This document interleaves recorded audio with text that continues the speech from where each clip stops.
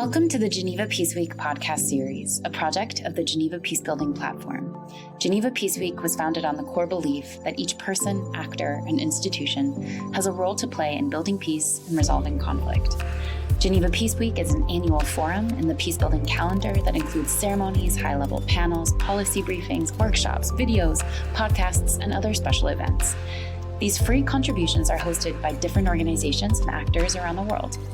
This year, Geneva Peace Week celebrates its 10th anniversary and is held from the 30th of October to the 3rd of November, 2023. For more content, join us at the Geneva Peace Week or online at www.genevapeaceweek.ch. Hello, you are listening to the first episode of Investing in Women and Peace, the stories of women's essential roles shaping peace processes worldwide. A podcast produced by Inclusive Peace and the United Nations Women's Peace and Humanitarian Fund, WPHF, for the Geneva Peace Week 2023 digital series. I'm Philipp Popperreuter from Inclusive Peace and excited to have Dr. Thania Paffenholz with me today. Thania is the founder and executive director of Inclusive Peace and has over 30 years of practical and academic experience in peace building. We will use the next 15 minutes to look into the changing nature of formal peace processes and the implications for women's participation therein. Hi Thania, really great to have you with us today. And please allow me to immediately jump into the conversation by asking you about the most important trends in peace processes that you have observed more recently. What we can see actually in the last almost 10 years already, it's not that recent, is that peace processes are not anymore like they have been sort of conceptualized in the early 90s, when we have had the first agenda for peace, where the UN had a big role, and we were looking to find comprehensive solutions to complex problems and a big peace agreement. And this was basically the type of peace processes where also women participation was modeled against. So how can we get more women into these processes, which were the so-called peace table, where you had women at the peace table. So that became a big word. And we have seen less and less such formal peace processes. And that means also less and less formal peace tables. But rather, we have seen stalled peace processes. Think about the Middle East, where most of the processes have been stalled for many, many years, and we hardly have seen any negotiations going.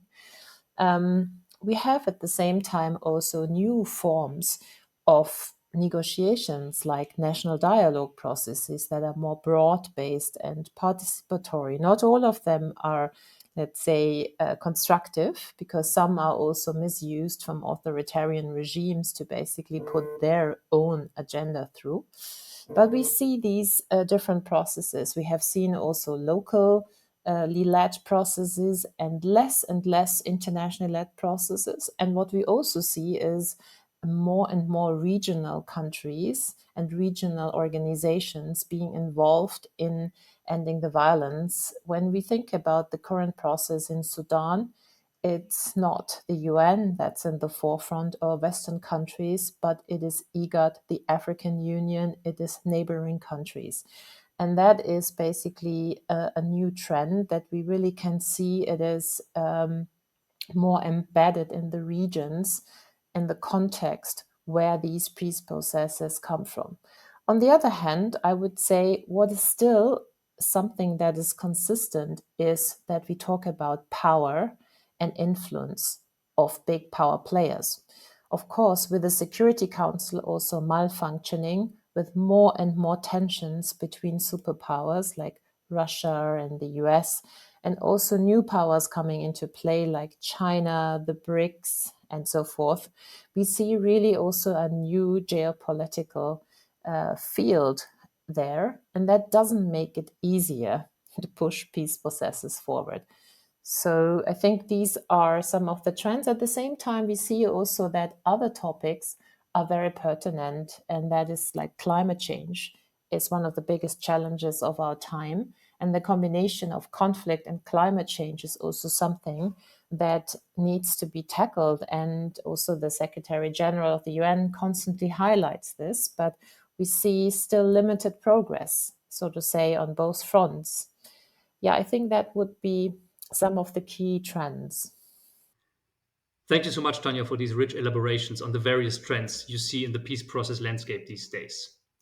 So a natural follow-up question from my side. What do you think these trends imply for women's participation in peace processes? And I'm also wondering, from your point of view, what are enabling and constraining factors for women's participation? I think the main thing at first that implies for women to, let me say the sentence again. The main overarching point is that if there is no classical peace table anymore, what does it mean for women's participation? It means there needs to be much more creativity and alternative thinking.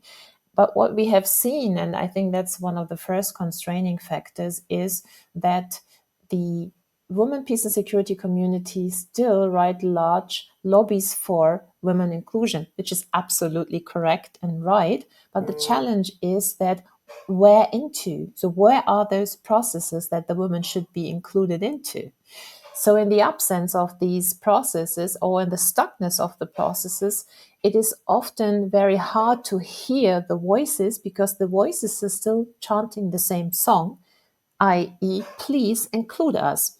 And you say, but where to? Where into? While at the same time, the role of movements, women movement, civil society movement, and others gains momentum. So we really have to think and have to be more creative about what are the strategies and the approaches to women inclusion. That means at the same time also another challenge I see here is the focus on representation. If there is a process, be it a national dialogue, be it a local peace process, whatever, be it a regional gathering, is it only about the representation of women, or is it really about how women can influence inclusive outcomes?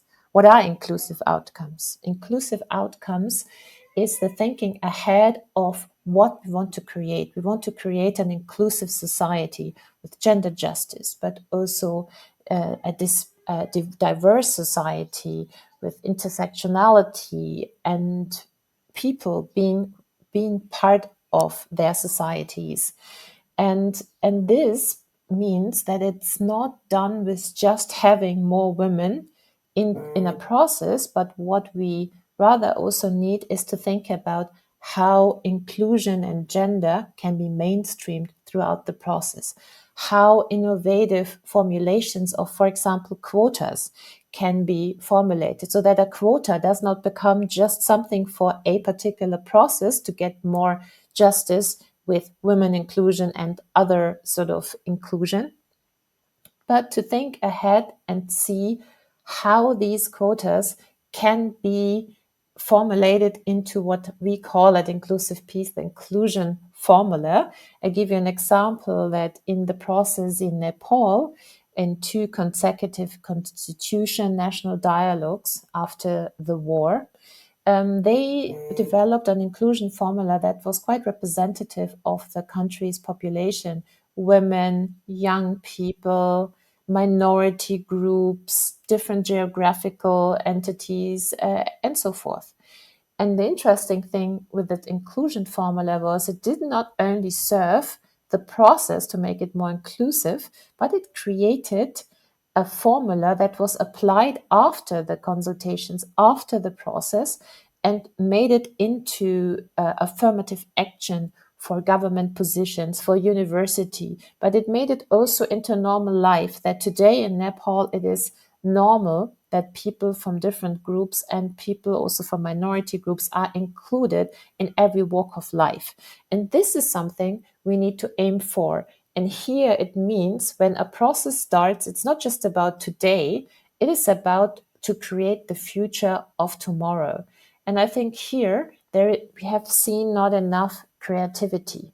On the other hand, speaking positively, what we have seen emerging more and more is women's coalitions and women's movement. I'm thinking about the Horn of Africa. I'm thinking about the Middle East, of course. In Colombia, also the women movement was very active. So we see women movements and coalition demanding justice, demanding inclusion, and demanding inclusion also in a broader sense that is not like just in a process, but looking into the constitution that is formulated.